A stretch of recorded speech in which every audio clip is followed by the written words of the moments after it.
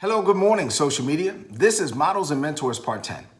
And I'm gonna take a different approach to this video than I have in the other videos. So I've been teaching like principles about being a model, being a mentor, or gleaning from models and gleaning from mentors. In this video, I'm gonna take a different approach. I'm just gonna address something that was asked of me. I recently was teaching Bible study at my church. After Bible study, one of the young people, a young man, came up to me, a man in his 20s, and he said to me, hey, can you just tell me, how are you successful in your marriage and also at work? And I looked at him and I was like, well, that could be a very long conversation, but I'm just gonna share with you what I shared with him, just real high level. I just shared a couple of things with him. And I believe that as I share this is kind of like me providing some mentorship, because I told you that from a mentorship or model's perspective, that you are multifaceted, right? So you may be a husband or a wife, so you have a marriage. Maybe you have a business, so you're dealing with the marketplace. Maybe you're in ministry like I am. Maybe you're in the military like I used to be. Or maybe, from a fitness perspective, you're working out. And so you can have models and mentors in every one of these categories, maybe even in the area of finances. Now, maybe the person who mentors you in the fitness arena can't be your financial mentor because that person is not good in finances. Or maybe the person that mentors you in business is not good in their marriage, right? Or whatever. So you can have models and mentors in all of these areas because you are multifaceted. So he asked me about two different areas, and I'll just kind of address those.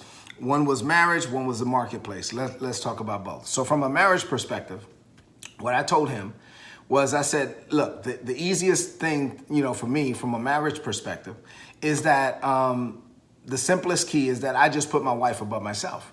And really, I do that with my family as well. So I just put my wife above myself.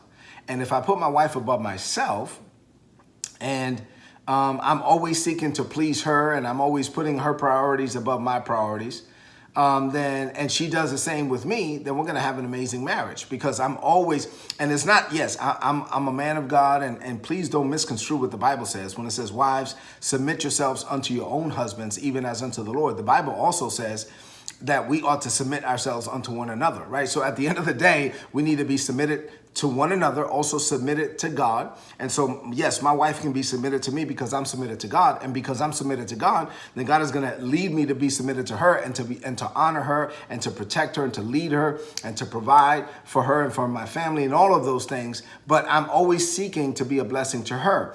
And so if you are in a marriage and both you and your spouse are always, every day, you get up and you want to be a blessing to one another, and you're always seeking to put your spouse ahead of yourself, you are going to have an amazing marriage. And while I'm there on marriage, let me just say this. I didn't share this with a young person, but I'm going to share it with you.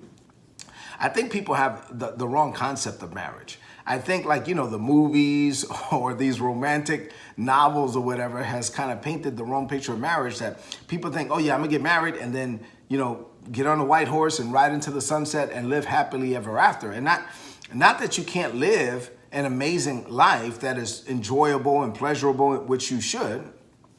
But life is sometimes difficult, and life has ups and downs, and life has times and seasons and levels and stages, and you go through all of these things in life. And when you get married, all you're really saying is that, look, I'm going to do everything that I go through in life.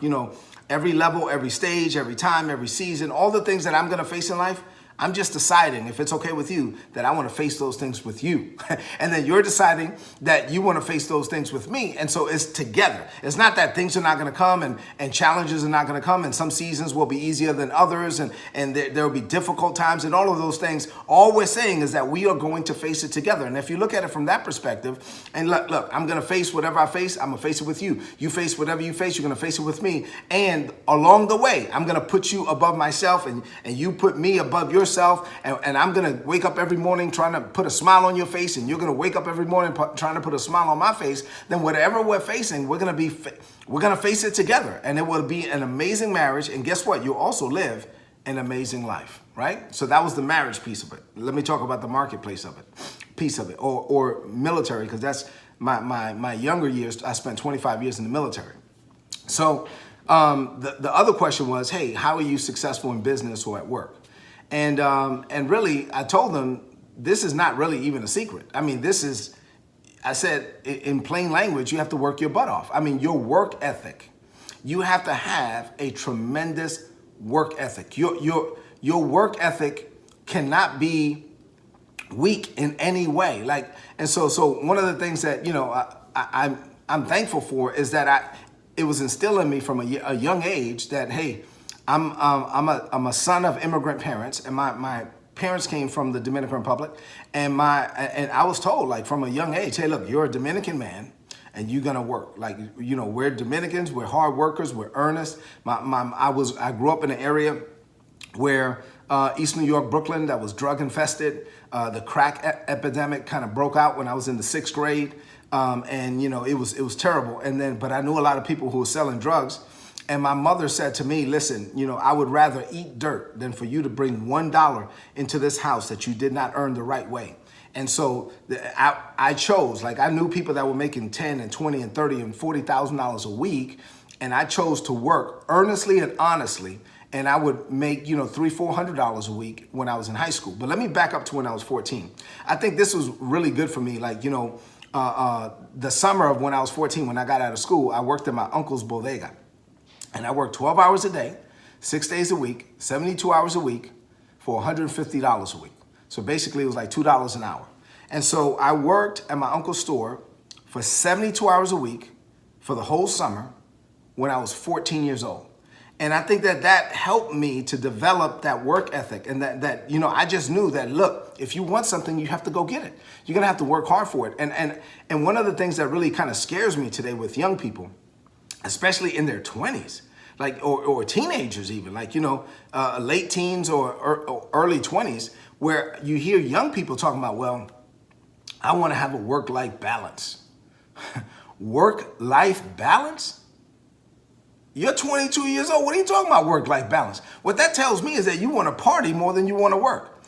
What that tells me is that you're more focused. You are prioritizing your comfort and your enjoyment over your progress. And look, right now, if you're young, you're not married, you don't have any kids, you need to work your butt off. I mean, like, if you want, there's no easy way. Like, there's no way around it. If you want to be successful, you are going to have to work. Now, I'm a man of God. Believe me, I know it's by the grace of God that we do what we do. But what I'm saying is that prepared blessings come to prepared people.